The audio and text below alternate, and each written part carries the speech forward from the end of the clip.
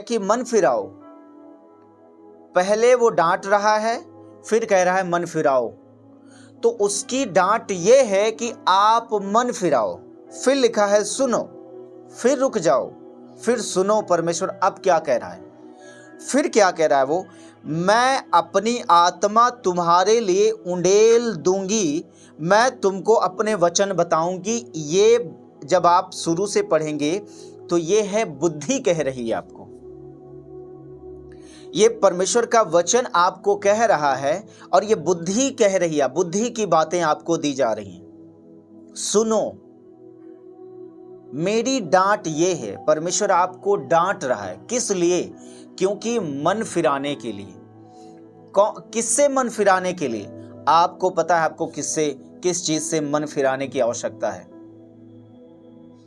क्या आप लड़ाई तो नहीं कर रहे हैं? क्या आप झगड़े तो नहीं कर रहे हैं? क्या आप गाली तो नहीं दे रहे हैं? क्या आप नशा तो नहीं कर रहे हैं? क्या आप कौन सी ऐसी चीज है जहां से आपको मन फिराने की आवश्यकता है?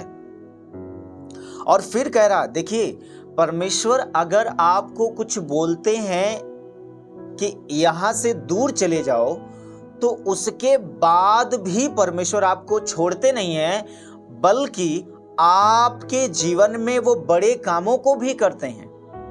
यहां पर लिखा हुआ है, अगर प्रभु आपको ये बोल रहे हैं कि तुम मेरी डांट सुनो, तुम मेरी डांट सुनो और उसके बाद मन फिराओ, और अगर आपने मन फिराया परमेश्वर की डांट को सुनकर, तो ये बाइबल आगे लिखा है कि सुनो, मैं अपनी आत्मा तुम्हारे लिए उंडेल दूंगी।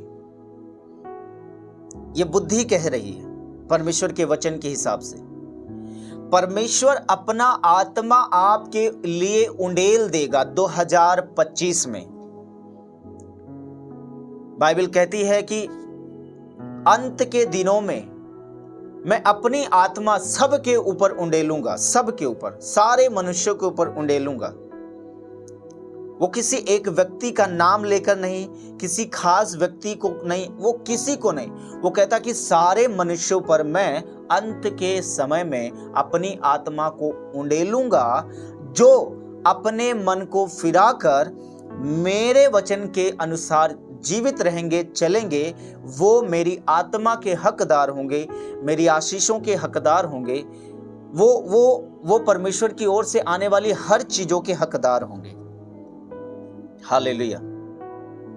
इसलिए अभी हमने पढ़ा यशायाह 41:10 में कि मत डर, मैं तेरे साथ हूं, इधर उधर मत ताक, क्योंकि मैं तेरा परमेश्वर हूं। मैं तुझे दृढ़ करूंगा और तेरी सहायता करूंगा, और अपने धर्ममय दाहिने हाथ से मैं तुझे संभाले रहूंगा। मत डर, क्योंकि मैं तेरे साथ हूं। कौन सा डर है आपको? क्या डर सता रहा है? वो डर चाहे बीमारी का हो, वो चाहे डर कर्जे का हो, वो डर चाहे किसी व्यक्ति का हो, वो कोई भी डर आपको क्यों ना सता रहा हो, वो डर कोई भी क्यों ना हो, वो मुकदमे का डर हो, वो बिजनेस ना बढ़ने का डर हो, ऐसा कोई डर नहीं है जो 2025 में आपको छोड़ कर ना जाए। हालेलुया।